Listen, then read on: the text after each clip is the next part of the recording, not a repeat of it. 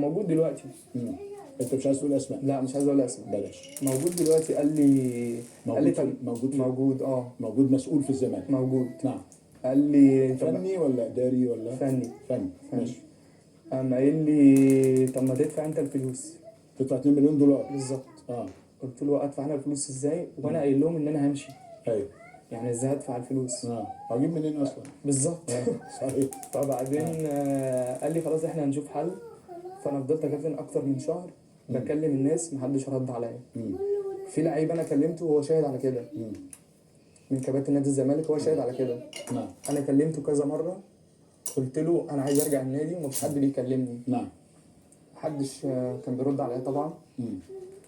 في الوقت ده يا كابتن كنت انا ساعتها خلاص انا مش عارف انا هعمل ايه. لا عارف ترجع الدنمارك مش عارف اعمل ولا ايه. عارف ترجع الزمالك. وانا الاصابه برضو الاصابه كانت معطلاني. ساعتها لقيت احمد يحيى كلمني. احمد يحيى ده وكيل لاعبين شهير جدا بالزبط. ومحترم جدا في مصر. بالظبط. كلمني ساعتها قال لي